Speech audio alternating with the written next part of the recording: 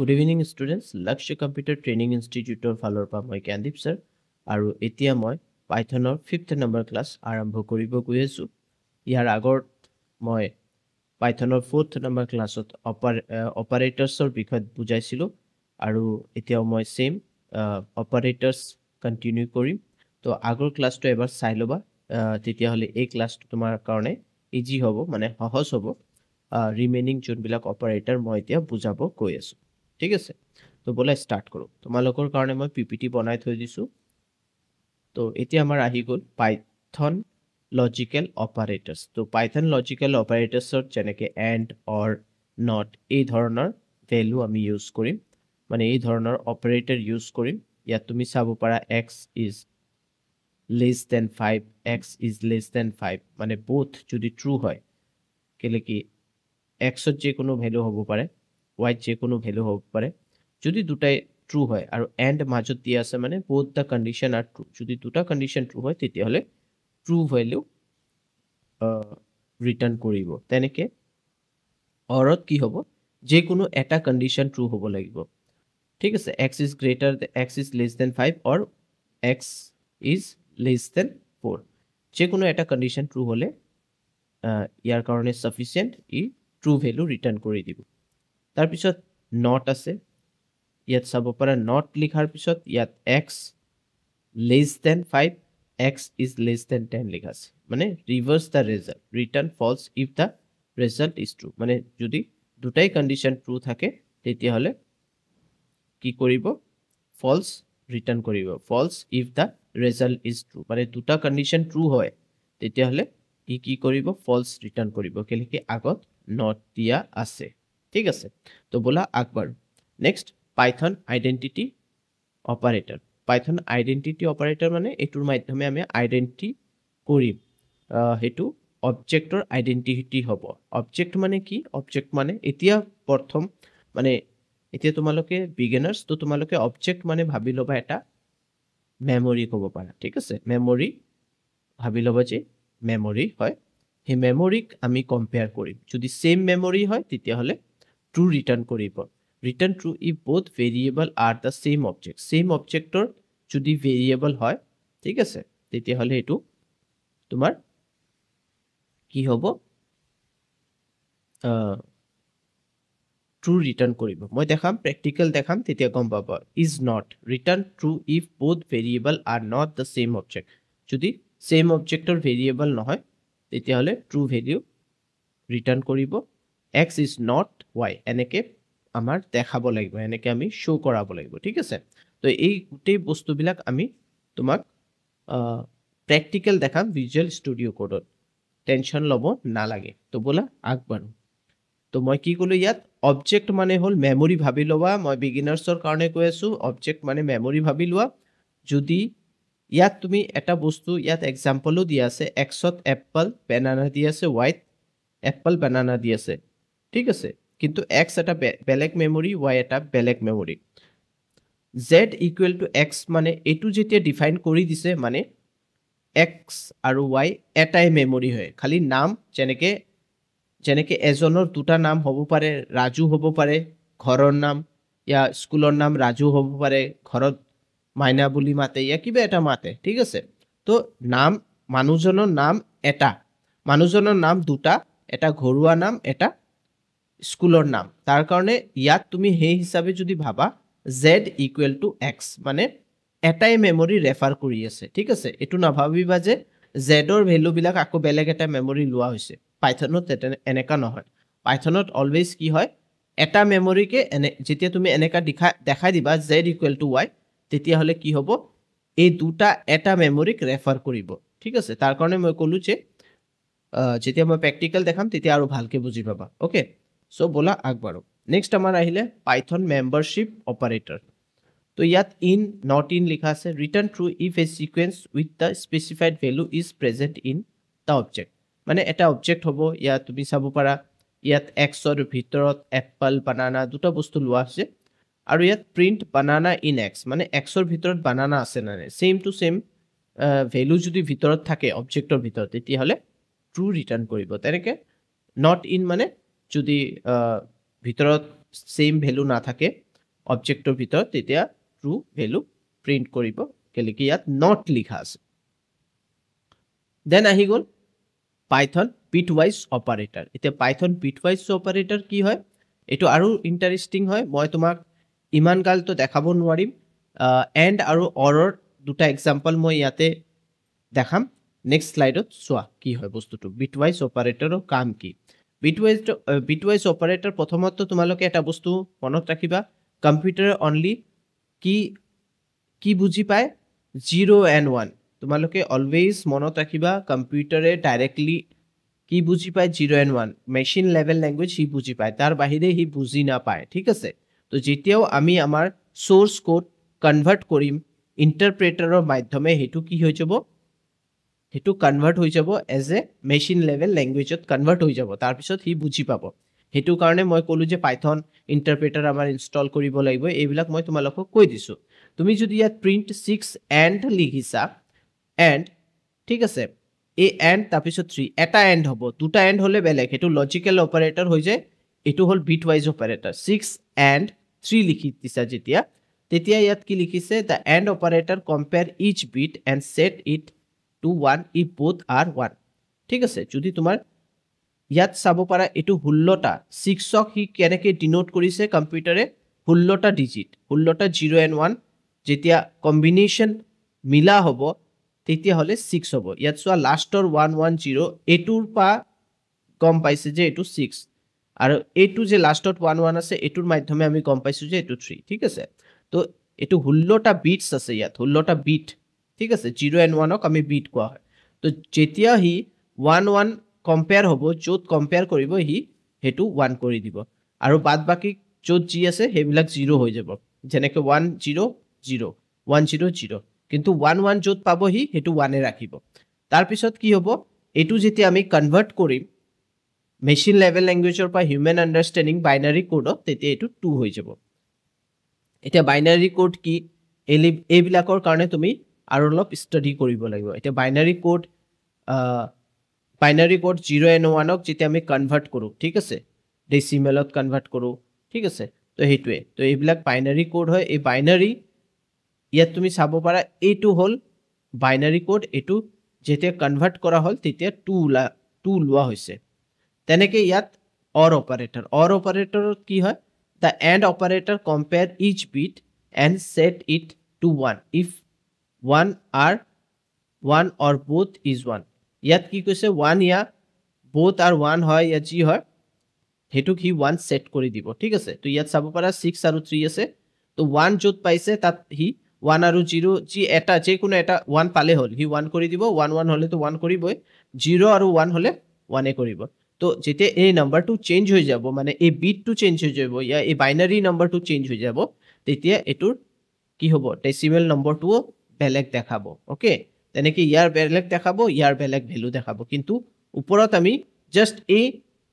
বিটৱাইজ অপাৰেটৰটো বেলেগ দিছো তাৰ কাৰণে এটো চেঞ্জেস আহিছে তো এনেকে বস্তুটো চেঞ্জেস হয় তো আই থিংক অলপ হলো কিবা না কিবা তো বুজি পাইছা মই তোমালোকক সিম্পল ভাবে বুজাই দিছো যে বিটস মানে 0 and 1 হয় বাইনাৰী এবিলাকক বাইনাৰী সংখ্যা কোৱা হয় বাইনাৰী ডিজিট কোৱা হয় এইবিলাক আমি মানে নরমাল মানুহ ফটকে বুজি নাপাব ইয়া ফটকে বুজি নাপাব নরমাল মানুহ ইয়া জুনে বেসিক পঢ়া শুনা কৰিছে কম্পিউটাৰ জুনে পঢ়িছে অলপো যদি কোৰ নলেজ আছে বিটস ইয়া তোমাৰ বাইনাৰীৰ বিষয় তেতিয়া হলে এই বস্তুটো বুজি পাব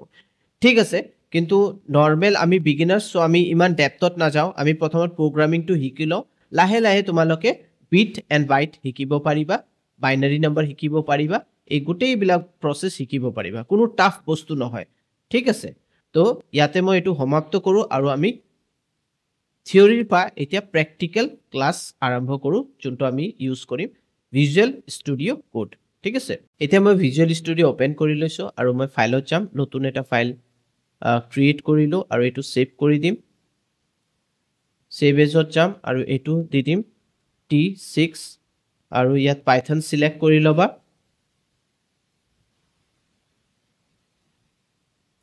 আৰু সেভ কৰি দিবা ঠিক আছে ইয়াত যেনেকে t1 t2 3 কৰি এনেকে আমি গুটে পেলাক সেভ কৰিছো তেনেকে এটো আমি পাইথন ইয়াৰ এক্সটেনশন হ'ব কেলেকে আমি পাইথন প্ৰগ্ৰামিং কৰি আছো তো এটো T6 হৈ গল এতিয়া কি হয় এতিয়া আমি কি কৰিব গৈ আছো সিম্পল এটা প্ৰগ্ৰাম কৰিব গৈ আছো এতিয়া আমি কি কৰিম x লিখিম x ইকুৱেল টু মানি লোৱা মই ইয়াত 10 দি দিলো আৰু y ইকুৱেল টু মই দি দিলো 20 ঠিক আছে এই দুটা দিয়াৰ পিছত মই সিম্পলি প্ৰিন্ট লিখিলো প্ৰিন্ট আৰু ইয়াত লিখিলো x is less than 12 ঠিক আছে আৰু ইয়াত এন্ড লিখিবা এন্ড অপাৰেটৰ এতিয়া আমি কি কৰি আছো এতিয়া আমি কৰি আছো লজিক্যাল অপাৰেটৰ তো এন্ড লিখিলো এতিয়া y লিখিম y লিখাৰ পিছত ইয়াত less than মই দি দিলো 21 ঠিক আছে তো ইয়াত কি হ'ব আৰু মই এটা কাম কৰো ওপৰত হ্যাশ লিখি ইয়াত লিখি দিও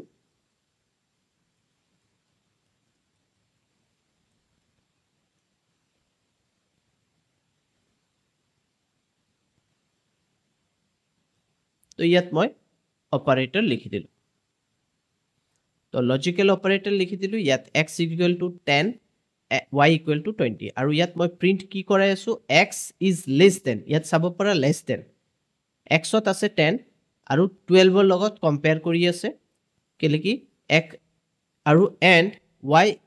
less than 21 তো y তে আছে 20 is less than 21 এটো কন্ডিশন ট্ৰু আৰু এটোও কন্ডিশন ট্ৰু x ত আছে 10 আৰু এটো হল 12 x also less than 12 তো কন্ডিশন দুটাই ট্ৰু হৈ গল দুটা ট্ৰু হল আৰু ইয়াত and লিখা আছে and মানে both are the condition true যদি both condition true হয় তেতিয়া হলে আমি কি কৰিব পাৰিম এটো কি প্ৰিন্ট কৰিব তোমাক ট্ৰু প্ৰিন্ট কৰিব তো ৰাইট ক্লিক কৰি কিনে পাইথনত যাবা আৰু এটো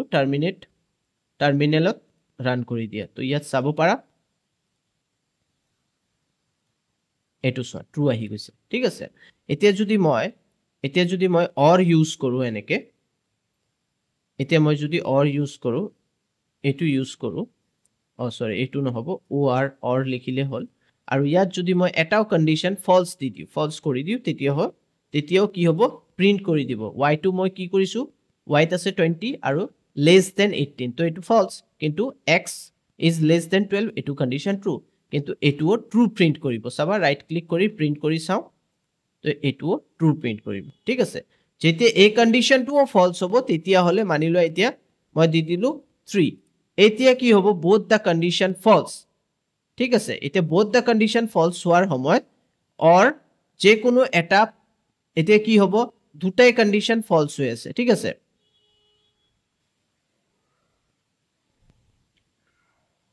এতিয়া দুটাই কন্ডিশন কি হৈছে false হৈ আছে হয়নে এটোও false হৈ আছে এটোও false হৈ আছে তেতিয়া হলে কি হ'ব চাও আমি ৰাইট ক্লিক কৰো ৰান কৰি চাও তো তুমি চাব পাৰা এটো false ওলাইছে ঠিক আছে তেতিয়া তো ইটস ওকে কিন্তু যে কোনো এটা কন্ডিশনৰ ট্ৰু যদি হৈ যায় ই ট্ৰু এ দেখাবো এতিয়া কথা হল এন্ড ইউজ কৰো আমি এতিয়া মই এন্ড অপাৰেটৰ ইউজ কৰিছো এতিয়া এন্ড অপাৰেটৰ ইউজ কিয় কৰিলো এন্ড অপাৰেটৰ ইউজ কৰাৰ ৰিজন হল যে both the condition false হয় ইয়াত তো আমাৰ false প্ৰিন্ট হ'ব এটো তো কোনো অসুবিধা নাই এটো আমাৰ false প্ৰিন্ট হ'ব কিন্তু যে কোনো এটা যদি ট্ৰু হয় তেতিয়া হলেও ই false প্ৰিন্ট কৰিব যদি মই এটো এতিয়া দি দিও 133 দি দিলো তো এটো 20 is less than 133 condition true হয় না কিন্তু এটো তো false তেতিয়া হলেও এটো false প্ৰিন্ট কৰিব এটো সো false প্ৰিন্ট তো আই থিংক তোমালোকে লজিকটো বুজি পাইছা এই লজিকটো বুজাৰ চেষ্টা কৰা মোৰ ভিডিওটো ৰিপিটেডলি চাই থাকা তেতিয়া হলে কথাটো বুজি পাবা ওকে তেতিয়া হলে লজিকটো বুজি পাবা এতিয়া মই তোমালোকক আইডেন্টিটি অপাৰেটৰটো বুজাম তো মই ইয়াত হ্যাশ লিখি কিনে আইডেন্টিটি অপাৰেটৰটো লিখি দিও তাৰ পিছত মই তোমালোকক বুজাই আছো x লিখিলা ইয়াত স্কয়াৰ ব্ৰেকেটৰ ভিতৰত ইয়াত এপল লিখিলা ইয়াত যে কোনো বস্তু লিখিলা কমা দিলা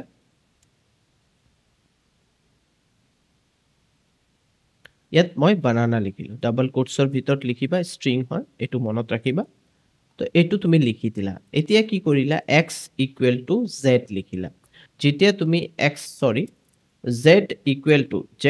to x লিখিবা তেতিয়া কি হ'ব এই z যে আছে z আৰু x এটা মেমৰিক ডিনোট কৰিব মানে এটা মেমৰিৰ নাম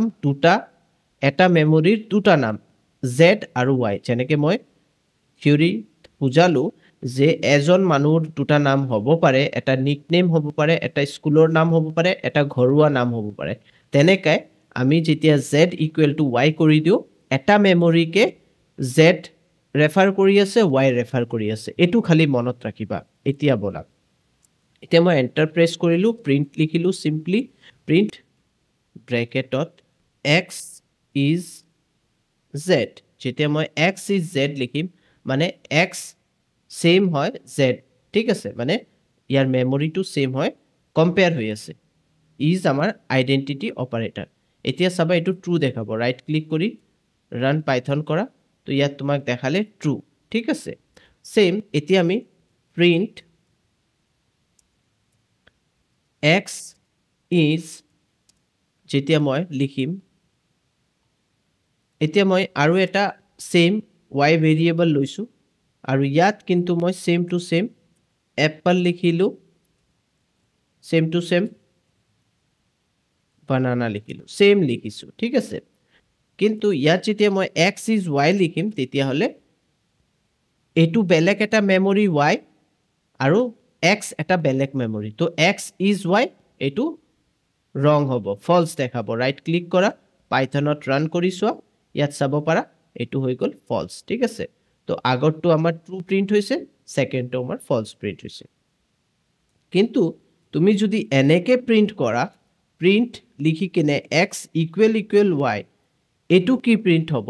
এটোত এই দুটাৰ ভ্যালু কম্পেয়াৰ হ'ব মানে x ৰ ভিতৰত যে অবজেক্টৰ ভ্যালু আছে এপল বানানা এই দুটা বস্তু কম্পেয়াৰ হ'ব তেতিয়া কি দেখাব ট্ৰু দেখাব ৰাইট ক্লিক কৰা আৰু ৰান কৰি চোৱা তো ইয়াত চাব পাৰা ট্ৰু দেখালে তো মোৰ কনসেপ্টটো বুজাৰ চেষ্টা কৰিবা প্ৰথমটো যোনটো আছে x is z যেতিয়া কৈছে ইয়াত আমি এসাইন কৰি দিছো z equal to x আমি এসাইন কৰিছো মানে z আৰু y এটা মেমৰিক ডিনোট কৰি আছে মানে এজন মানুহৰ নাম দুটা হ'ব পাৰে z and x ঠিক আছে সেকেন্ডটো আমি কি কৰিলো দুটা বেলেগ ঠিক আছে x আৰু y দুটা বেলেগ হয় যেনেকে ক'ব পাৰা জুৰা বাচ্চা ঠিক আছে ইয়া জমজ বস্তু হয় নাই দুটা সেম হয় মানুহজন দুটা একদম এজ ইট ইজ দেখাত কিন্তু ইহতৰ নাম বেলেগ ৰাম লক্ষ্মণ এনেকা তো x আৰু y বেলেগ তাৰ কাৰণে এটো ফলস হ'ব ঠিক আছে কেলে কি এজন হ'ব পাৰে তাৰ ক্যাৰেক্টাৰ বেলেগ আৰু এজন তাৰ ক্যাৰেক্টাৰ বেলেগ তাৰ কাৰণে এটো বেলেগ মেমৰিত লোড হৈছে আৰু লাষ্টটো আমি জাস্ট ভিতৰৰ অবজেক্ট বিলাক কম্পেয়াৰ কৰি আছো ইকুৱেল দি কিনে ঠিক আছে ইকুৱেল ইউজ কৰি কিনে আমি কম্পেয়াৰ কৰি আছিলো কম্পেয়াৰ অপাৰেটৰ ইউজ কৰি কম্পেৰিজন অপাৰেটৰ ইউজ কৰি য'ত ট্ৰু দেখাব তো এই কনসেপ্টটো ইয়াতে মই সমাপ্ত কৰো বেছি ক'ব গলে কনফিউজ হ'বা জাস্ট ৰিপিটেডলি চোৱা আৰু বুজাৰ চেষ্টা কৰা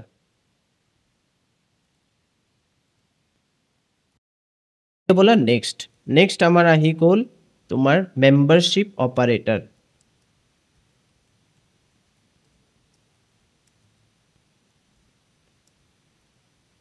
মেম্বাৰশ্বিপ অপাৰেটৰ এতিয়া মেম্বাৰশ্বিপ অপাৰেটৰত মানি লোৱা মই লৈ ললো z ইয়াত যে কোনো z অলৰেডি ইউজ কৰিছো বেকাৰ এটো ইউজ নকৰো বেলেগ a ইউজ কৰি লও a স্কয়াৰ ব্ৰেকেটৰ ভিতৰত মই যেনেকৈ লিখিলো এপল ম্যাঙ্গো ডাবল কোটছৰ ভিতৰত লিখিব লাগিব mango banana then apple mango banana then আৰু এটা দি দিও কিবা এটা jackfruit তেনেকৈ আমি কিছুমান ফ্ৰুটছৰ নাম লিখি দিছো ঠিক আছে ডাবল কোটছৰ ভিতৰত লিখিবা তো এইকেইটা লিখাৰ পিছত এতিয়া মোক নুহুদিবা যে স্কয়াৰ ব্ৰেকেটৰ ভিতৰত এটো কি লিখিছে আপুনি কিয় লিখিছে এটো আমি পিছত ডিসকাস কৰিম ঠিক আছে এটো এতিয়া জাস্ট তোমালোকে এটো লিষ্ট হ'ব পাৰে ইয়া টাপলছ হ'ব পাৰে কিবা এটা হ'ব পাৰে জাস্ট তোমালোকে এটো এটা ভাবি ল'বা যে আমি এনেকৈ ষ্ট'ৰ কৰিব পাৰোঁ আমাৰ value a equal to double কোটছৰ ভিতৰত এপল মেংগো ছেপাৰেটলি আমি ষ্ট'ৰ কৰিছোঁ কিছুমান ভেলু ঠিক আছে তো মানে পাইথন এটা হাই লেভেল আৰু বহুত চিম্পলভাৱে তোমাৰ বস্তুবিলাক সি ষ্ট'ৰ কৰিব পাৰে তাৰ কাৰণে মই এনেকৈ দেখাইছোঁ এতিয়া আমি কি কৰিম জাষ্ট প্ৰিণ্ট লিখিম প্ৰিণ্ট লিখাৰ পিছত মই মই যিকোনো এটা ভেলু মাজৰ যেনেকৈ বানানা ঠিক আছে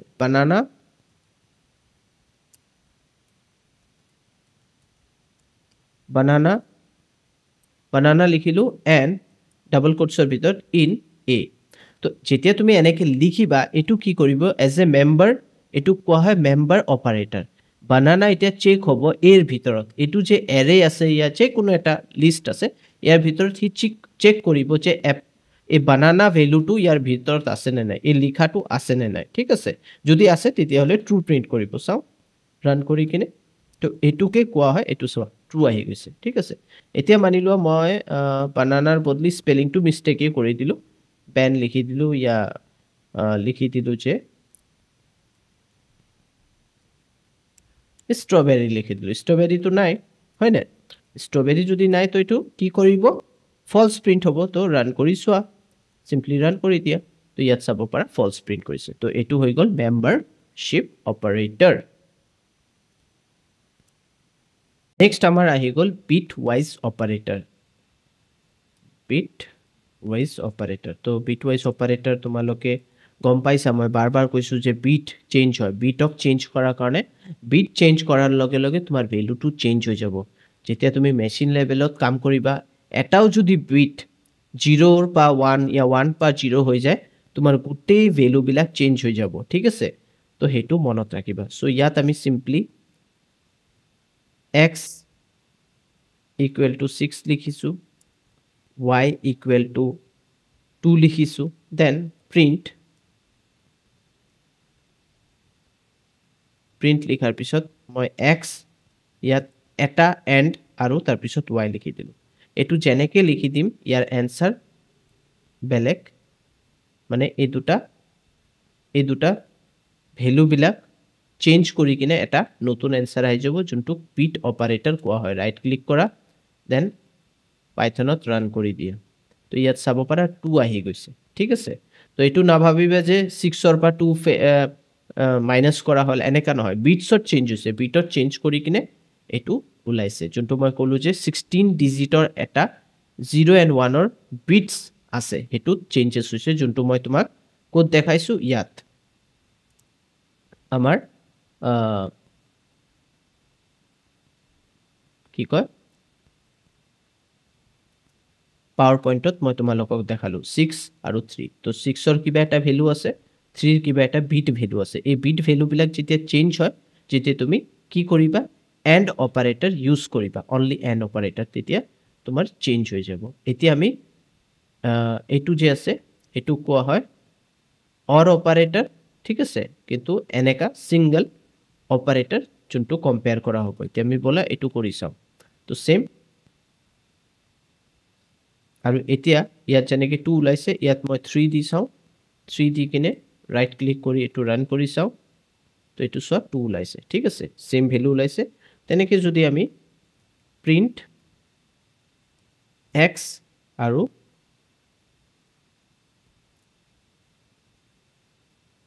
y ইউজ কৰোঁ এণ্ড দেন ৰান কৰি চাওঁ তো ইয়াত চাব পাৰা 7 ওলাইছে ঠিক আছে এইটো বিটছত চেঞ্জ হৈছে বুলি আমাৰ ভেলুবিলাক ওলাইছে তো তোমালোকে কনফিউজ নহবা